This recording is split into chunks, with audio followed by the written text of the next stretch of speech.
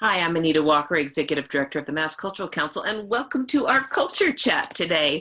I am so happy to see, after these many weeks of sequestration, a good friend of the Mass Cultural Council and an incredible leader in our field, Vanessa Calderón-Rosado, who is the Chief Executive Officer of IBA. And welcome to our Culture Chat, Vanessa. Thank you so much, Anita. It's always a pleasure to be here. Thank you for having me. We talk a lot, and we will talk quite a bit today about the Creative Youth Development Program work that you're doing. But first, in case we have a few people who are saying, IBA, what's IBA? Tell us about it, because what's really interesting is that it's not a freestanding program. It's actually a much larger enterprise in which we have a Creative Youth Development Program. Definitely, yes. IBA stands for Inquilinos Boricuas and Acción, which translated to English would be Puerto Rican Tenants in Action. We are a community development corporation in Massachusetts, specifically in Boston South End, working primarily, we were founded 50 years ago to develop affordable housing and programs for the community. So we have continued over the past 52 years this work of IBA, and we do, in terms of our programs, we do develop and preserve affordable housing in the city of Boston. We have a preschool program, youth development programs, which I know we'll be talking more about them today, arts programming, which is very critical and important from the beginning. Our founders felt that arts was critical to building community and to bring people together, and a number of other programs to support the economic mobility and social mobility of our residents. So before we go on with the conversation, I do want to invite our listeners who are joining us today in case you haven't participated in a Zoom chat with us before, at the bottom of this screen, on your laptop, there's a little button that says Q&A, and that's your opportunity to give us your feedback, give us your comments, ask some questions, share your stories. We want you to be part of the conversation with us. So please take a moment and push that little QA button and send us a little note so we know you're there, and share your stories with us. So Vanessa, for starters, this crisis obviously has shut down all of our organizations, and that includes our Creative Youth Development programs as well. What does that mean? I mean, your whole program is about providing a place and a space and a community for vulnerable teenagers, and that very thing is missing now. Yes, I mean, this obviously is a new era in which we have to we had adapted all of our programs to virtual programming, to remote supports, from our preschool program to our elderly programs to our economic empowerment program. So everything that we're doing now is remote. With our youth program, that obviously has not been any different.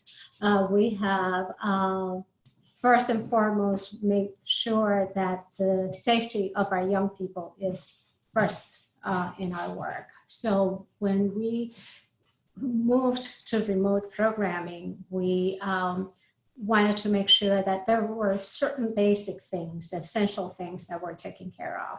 For example, health.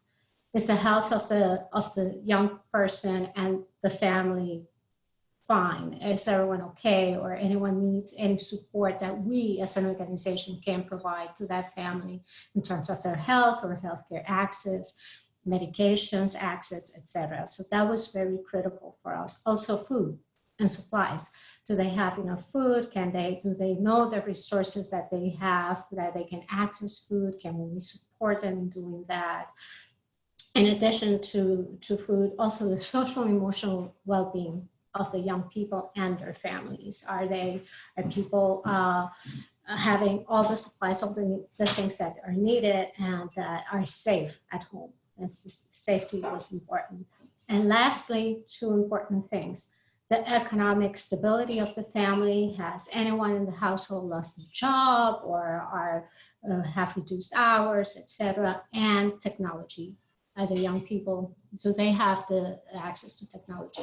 So all those things were first and foremost for us. Before we before assessing that, we couldn't really do any programming and arts programming. So we needed to look at that, help stabilize, the young people and their family, and then move on with the workshops. So traditionally, our program runs during the school year, runs Monday through Friday, 2 to 3 hours each afternoon.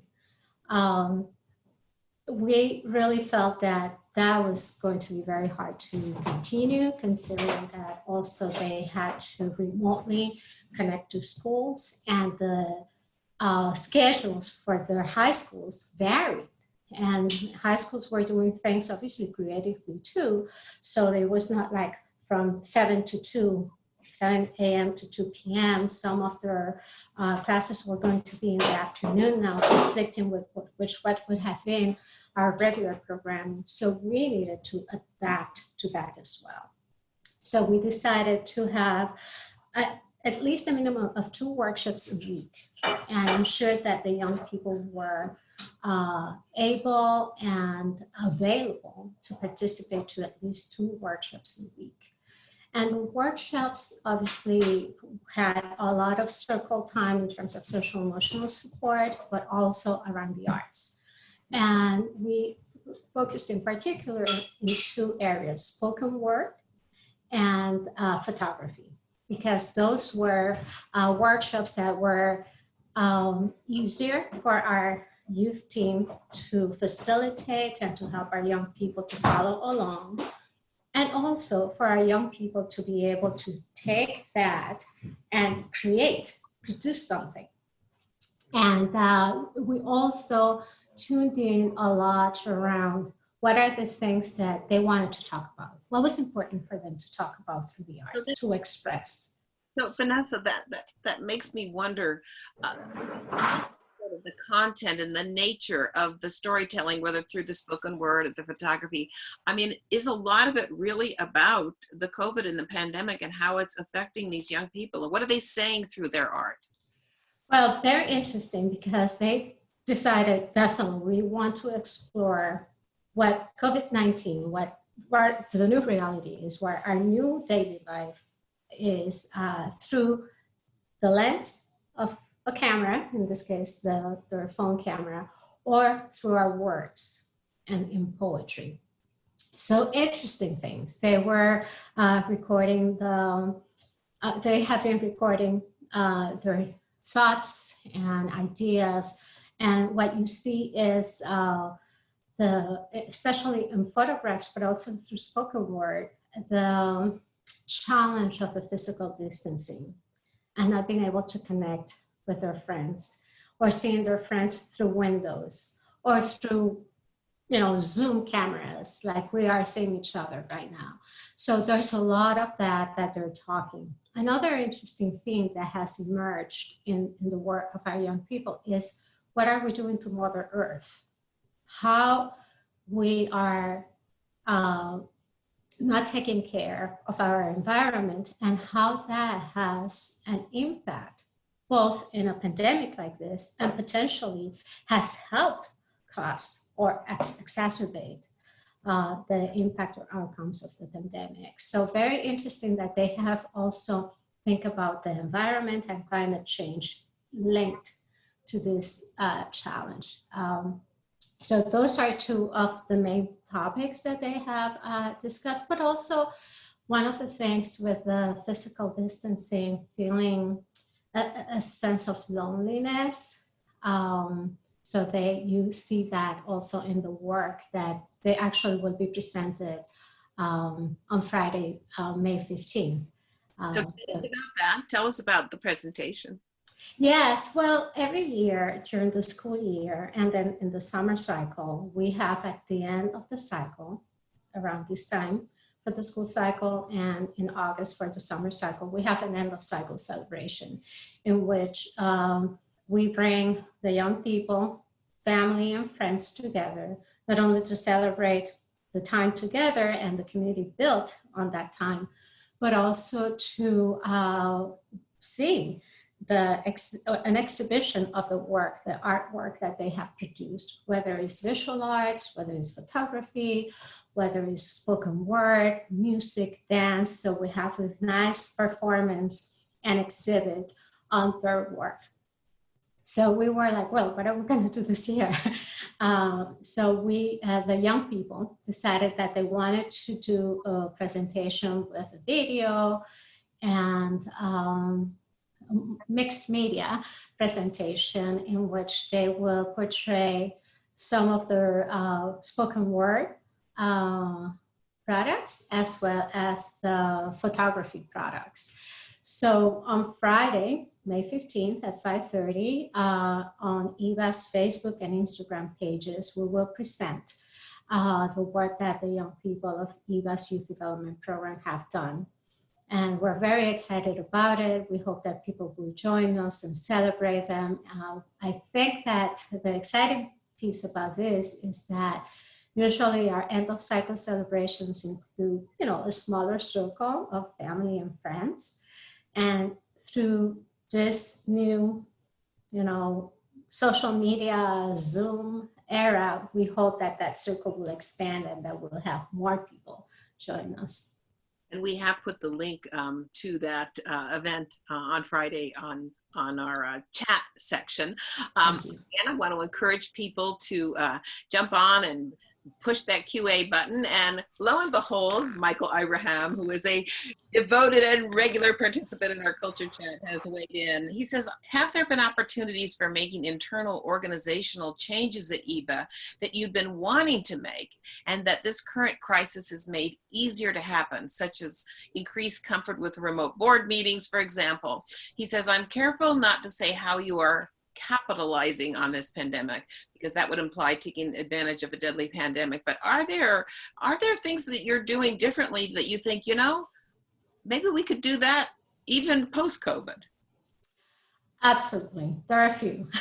First, one of them is that I'm on time for every meeting since we're on Zoom. And that is fantastic. And this new habit that I have developed on being right on time to Zoom meetings, I hope will continue after when we get back to more in-person meetings. So I think that that's one, it's been a silver lining for me. But at the organizational level, yes, of course, there are a few. So for example, I have found that we have made a commitment at EVA that we are going to be our team, our staff, not only our youth development staff, but our entire staff, our preschool staff, our resident services staff, property management, college and financial empowerment, arts, youth, administrative staff. We're going to convene and get together regularly. We used to do that once a month pre-pandemic, and now we're doing it 3 times a week. And at the beginning, even some staff members pushed back and they said, isn't that overkill? And I said, well, it may be overkill, but at least for the first few weeks, I feel that we need to be in touch. I feel that we need to talk to each other, that we need to know what's going on, both in our programs as we move remotely, but also we need to understand what's going on with our community. And we don't know the needs, and we need to be in touch so we can stay on top of those needs and we can address those needs, because that's why we're here. That's our mission. So we started doing that, and then we have moved to, it has now become a regular way of working. So we meet Mondays, Wednesdays, and Fridays, and now that, things are more in not cruise control, but more stable in terms of our programming and the needs of the community and how we can serve those needs. On Mondays, we devote our 1 hour time to give updates on the programs and what's happening, what new needs, what updates on reopening, on funding, on you name it. On Wednesdays, we have devoted our staff time to self-care. And we sometimes do some collective self-care or some homework and people to share and do together as a community. And on Fridays is our Social Fridays staff meeting, We just do fun stuff, games, silly stuff, competitions, funny hats, you name it, something to lighten up the week, get ready for the weekend, and remind ourselves that we are a community of committed, dedicated professionals with a mission-driven work. And it has been really good. When we go back to the office, it'll be hard to have these 3 staff meetings a week, but I hope that we can really find a way to have this more of a regular contact, not just once a month. It is sort of ironic that social distancing has provoked more of these Zoom gatherings. So in a virtual Yes. way, getting together more often because it's just easier. We just click the button and here we all are. But I think we miss the human interaction across a table or in a room. Vanessa, talk a little bit about life, what life is like. Actually, the title of the event on Friday, Life as We Know It, I think. But what is life like for so many of the youth in your programs at home? They would be in school, they would be coming to your facility, they would be out in the neighborhoods. What is life like for them? Yeah, well, it has changed, obviously, dramatically for them as it has for all of us. Our young people are, for the most part, adhering to physical distancing guidelines and staying at home guidelines, which is really good. We want them to do that to protect themselves and protect their families. But life has changed. I mean, one of the things that we have encountered with our young people as we started our work remotely is that there are a number of challenges. So I mentioned earlier how we went through those basic essential needs, which we still, touch on to make sure that things have not changed dramatically, because anything could change at any moment in time for any one of us. So one of the things that we have seen in their lives in this new era is that because they're spending time at home, all the time at home, with everyone else from their families, including siblings and adults, sometimes multi-generational families, they are living in sometimes in cramped environments, headquarters, right? They're living in small apartments, and it's hard to have privacy, both for schoolwork and for our own work. We have seen young people in our program going into the bathroom and closing the door because it's the one place that is the quietest at the moment in the house, because there are other kids, especially younger kids.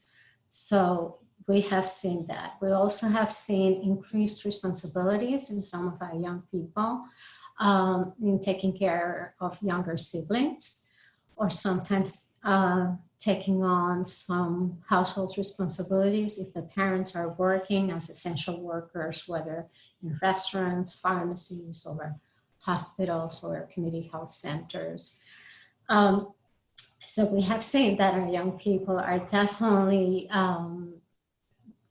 bearing the brunt of this in many different levels, at many different levels and in many different ways.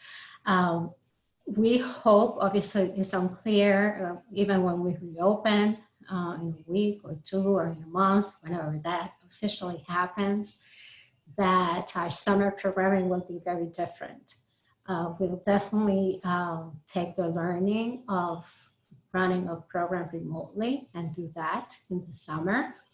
But that will have some other challenges because it's extended programming. So we're thinking that we may adopt a hybrid model in which some young people come one day or 1 week, and the other group comes the next day or the next week. And then in the meantime, they do work remotely. So it's still, it's still something that we're struggling with, and how we continue to engage our young people, especially during the summer months when we know that there's a tendency for the increase of violence and youth violence in our city. Vanessa, I keep thinking about, you mentioned feeling lonely and feeling isolated and the social, even though you may be crammed into a small apartment with a large family, that's not really addressing your social needs of your peer group and the activities that our young people were doing. And we know from our research of our creative youth development programs that so many of the young people who go into these programs go in with trauma in the first place. And we also know that social isolation can contribute to trauma and the symptoms of trauma. So it feels as if post-COVID, that the need for organizations and the work you're doing is going to be more imperative than ever before, because these same youth are going to be coming out of a situation that maybe caused their initial trauma in the first place. This is one of the reasons that we made the very, very intentional decision that when we received CARES Act money through the National Endowment for the Arts, that we addressed all of that funding to our creative youth development programs. Talk a little bit about how critical that is to you. That is essential, honestly, Anita. And thank you so much for your leadership and your team's work, because it was amazing for us how fast you were able to deploy those funds to organizations like EVA for our program. The nonprofit field and the arts nonprofit field in particular, it's been affected by the pandemic, obviously for all the reasons that we know, but also because of limited funding. And philanthropy has definitely taken steps to support organizations, knowing that the need right now in the communities that we serve is as high as it could ever be. But at the same time, the way to deploy those resources to address that need are limited. So that being said, in the arts, the situation is even more dire, because as funders are thinking, how are we going to deploy our resources to support communities with basic needs like food and health access and testing and treatment and social emotional support, all those important basic needs that communities are facing in this pandemic.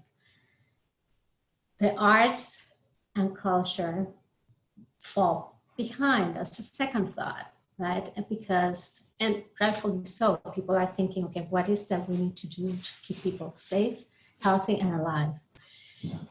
And as we do that, we sometimes forget that the arts are a critical instrument and tool to continue to build community, to keep people connected, to keep people's social and emotional health intact. And that funding is not necessarily flowing. So the fact that you were able to support us with, this kind of funding from the CARES Act is unbelievable. And I encourage all the funders out there who might be listening to us right now or later via social media that they truly consider looking at arts funding as part of their response. We know that the arts are a protective factor, just like a roof over your head and food and clothing and healthcare. It can prevent more serious health consequences down the road, people who participate in the arts and culture. And we have seen it for decades in our creative youth development programs with the teenagers. We have another question here from another faithful participant in our culture chat, Charles Baldwin. And you spoke a little bit about the assessment that you did at the very beginning, Vanessa, about what do you have, what do you need? And you mentioned technology as part of your assessment. How are you addressing that issue when the families don't have a laptop or access to Zoom or the internet? And have you been able to solve that problem to make sure that everyone has access to the programs and the work that you're doing? Sure. That is a true challenge with our young people we have. That was one of the first things that we wanted to assess, also because that is critical for them to be able to the academic work, right, the school work.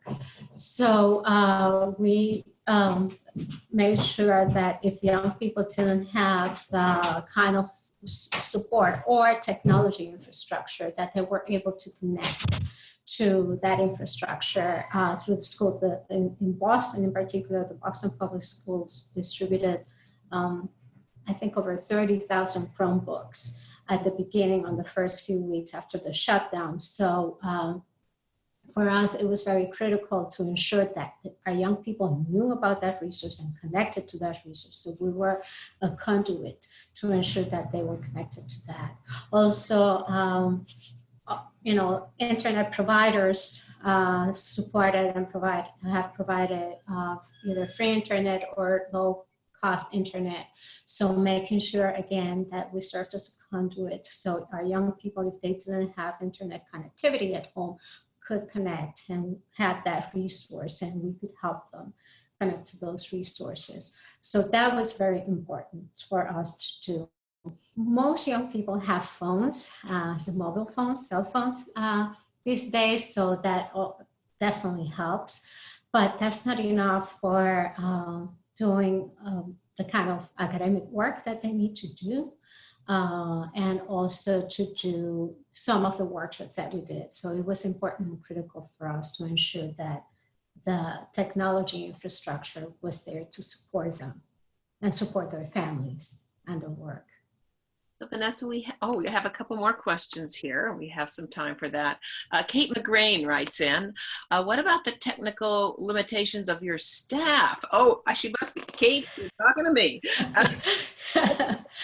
Emphasis on connecting remotely now and in the future. What do they need to maintain relationships with your clients, with your young people and families, to help strengthen the creative arts expression through the technology? I think, Katie, you hit the nail on the head. We've all had to be quick learners on this thing.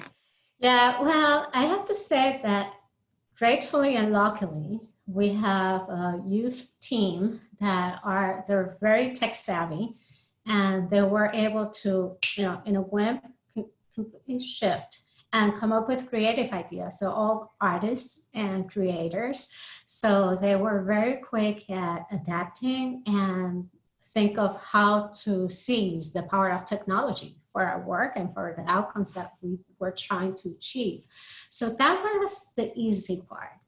The not so easy part was to some of our members of our youth team have families of their own and kids at home. And, balancing and juggling, their own kids' schoolwork, academic work, and then our young people's work. So that has been a bit more of a challenge.